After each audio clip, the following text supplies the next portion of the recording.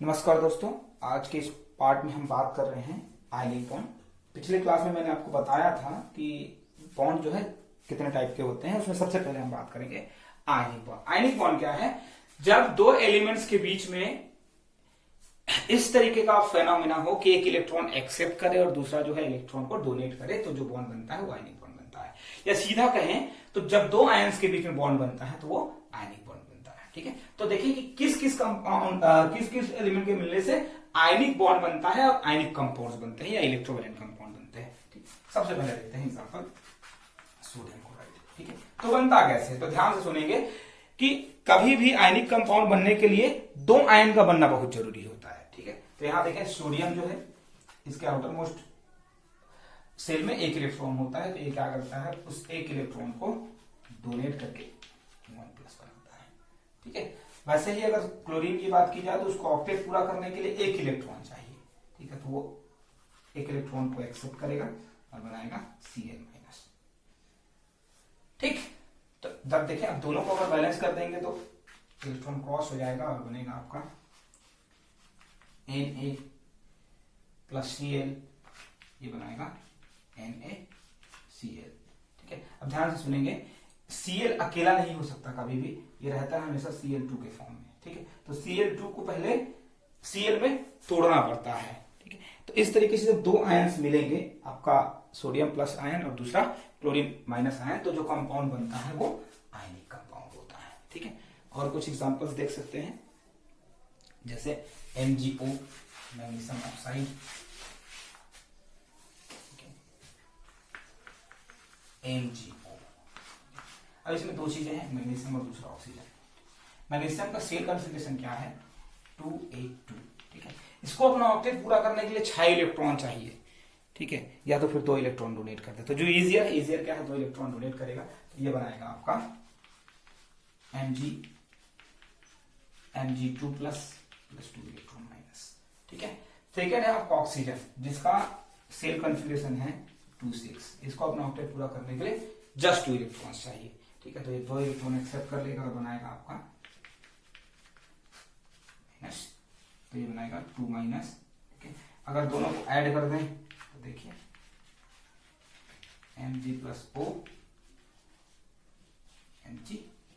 ठीक है, ऐसा एक्चुअल में नहीं होता है। ठीक है, क्योंकि ऑक्सीजन अकेला जो है नहीं रहता है, तो इस तरीके का हम इक्वेशन नहीं लिखते हैं। जब इसको बैलेंस करेंगे ये O2 के फॉर्म में होता है। दो तरीके से आप बैलेंस कर सकते हैं, या तो यहाँ 1/2 लगा दीजिए तो बैलेंस, ठीक है, या फिर यहाँ 2 लगा दीजिए तो यहाँ भी आपको 2 लगाना पड़ेगा।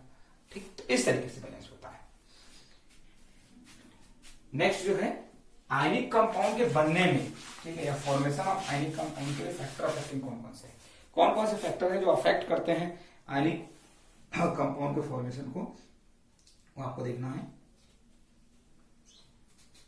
ठीक है, अब आयनिक कंपाउंड बनने से क्या होता है कि दोनों जो आपके आयंस बने हैं उनका ऑक्टेट पूरा हो जाता है और इसी के कारण वो स्टेबल हो जाता है। ठीक है, तो ऑक्टेट कैसे पूरा होता है वो आपको समझ में आ गया था, क्योंकि लास्ट वीडियो में मैंने बता दिया था। ठीक है, सबसे पहला जो है फैक्टर जो है ये होना चाहिए कि दोनों जो एलिमेंट जो आपका आयनिक कंपाउंड बना रहे हैं, दोनों के इलेक्ट्रोनेगेटिविटी में बहुत डिफरेंस होना चाहिए। ठीक है, इलेक्ट्रोनेगेटिविटी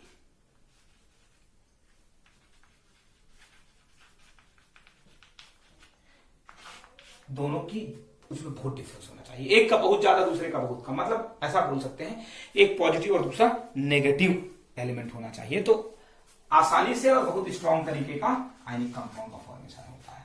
सेकेंड है लेस आयनाइजेशन एंथैल्पी। ठीक है, आयनाइजेशन एंथैल्पी लेस होने से आसानी से केटायन बन जाता है। ठीक है, तो जितनी कम आपकी आयनाइजेशन एंथैल्पी होगी उतना ही स्ट्रॉन्ग आयनिक बॉन्ड बनेगा और उतना ही अच्छा कंपाउंड बनेगा। ठीक है,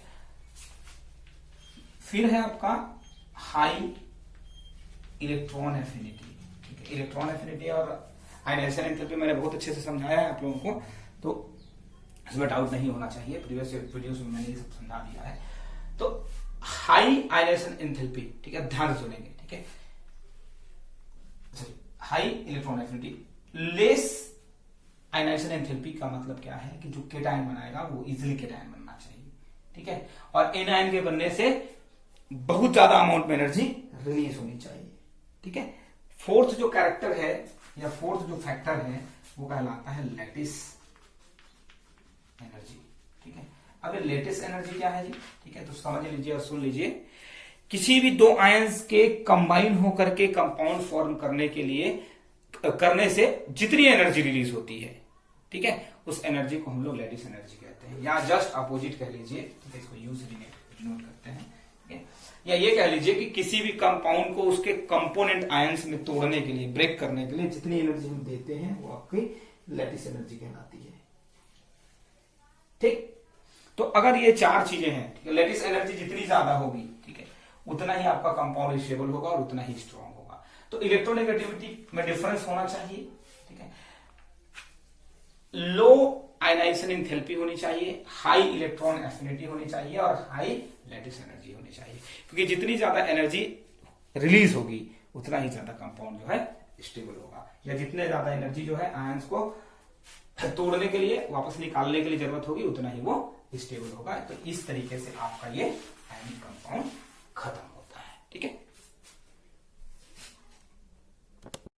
चलिए अब बात करेंगे आयनिक कंपाउंड के कैरेक्टरिस्टिक्स। कौन कौन से कैरेक्टर्स होने चाहिए आपके आयनिक कंपाउंड में? सबसे पहला जो कैरेक्टर है किसी भी आयनिक कंपाउंड का, वो होता है क्रिस्टल स्ट्रक्चर। ठीक है, उसके जो क्रिस्टल है उसका स्ट्रक्चर कैसा होता है? तो किसी भी आयनिक जो कंपाउंड है उसमें हर एक पॉजिटिव चार्ज जो है अपने चारों तरफ नेगेटिव चार्ज से घिरा होता है। ठीक है, और वैसे ही हर एक नेगेटिव चार्ज जो है अपने चारों तरफ से पॉजिटिव चार्ज से घिरा होता है। इसको हम लोग आयनिक एटमॉस्फेयर कहते हैं। ठीक है, सेकंड कैरेक्टर ये है कि नॉन डायरेक्शनल होते हैं। नॉन डायरेक्शनल का मतलब क्या है? सारे डायरेक्शन में ये बराबर एक जैसे नहीं होते हैं। ठीक है, फिर है कंडक्टिविटी। कंडक्टिविटी क्या है? तो कंडक्टिविटी का मतलब होता है उसमें से इलेक्ट्रिसिटी और हीट का पास होना। क्या वो इलेक्ट्रिसिटी या हीट को अपने में से ट्रांसफर होने देता है? ठीक है, तो जितने भी आपके आयनिक कंपाउंड है वो सॉलिड स्टेट में नॉन कंडक्टर होते हैं। ठीक है, ध्यान रखिएगा, सॉलिड स्टेट में वो नॉन कंडक्टर होगा, लेकिन फ्यूज्ड मतलब मेल्टिंग स्टेट में या एक्वस सॉल्यूशन में ये गुड कंडक्टर ऑफ इलेक्ट्रिसिटी होते हैं।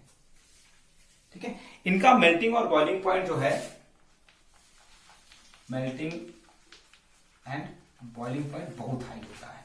ठीक है, मतलब ये इजिली मेल्ट नहीं या बॉइल नहीं होते हैं।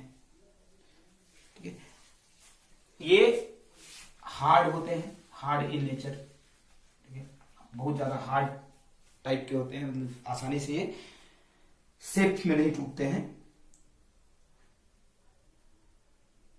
फिर क्या है? सॉल्युबिलिटी। नेक्स्ट, सॉल्युबिलिटी का मतलब क्या है? आयनिक कंपाउंड को जब किसी सॉल्वेंट में घोला जाता है तो वो घुलता है कि नहीं, ये उसकी सॉल्युबिलिटी है। ठीक है, तो आयनिक कंपाउंड, दुनिया में जितने भी आयनिक कंपाउंड है वो पोलर नेचर के होते हैं। पोलर नेचर मतलब जिसमें दो आयंस होते हैं। ठीक है, इसलिए ये दुनिया के जितने पोलर सॉल्वेंट हैं जैसे H2, ठीक है, ऐसे पोलर सॉल्वेंट में ही ये डिसॉल्व हो सकते हैं। नॉन पोलर सॉल्वेंट में आयनिक कंपाउंड कभी डिसॉल्व नहीं होते हैं। ठीक है, और केमिकल रिएक्शंस में ये अपने आयंस को वापस जनरेट करते हैं, मतलब जिन आयन से ये मिलके बने हैं केमिकल रिएक्शन में उसको वापस जनरेट कर सकते हैं, ये इनकी एबिलिटी होती है। ठीक है, नेक्स्ट पार्ट में हम बात करेंगे कि NaCl के बनने में हैबर प्रोसेस क्या है और उसका किस तरीके से इंप्लीमेंटेशन होता है या किस तरीके से हैबर प्रोसेस कंप्लीट होता है, इसके बारे में हम नेक्स्ट पार्ट में बात करेंगे। ठीक है।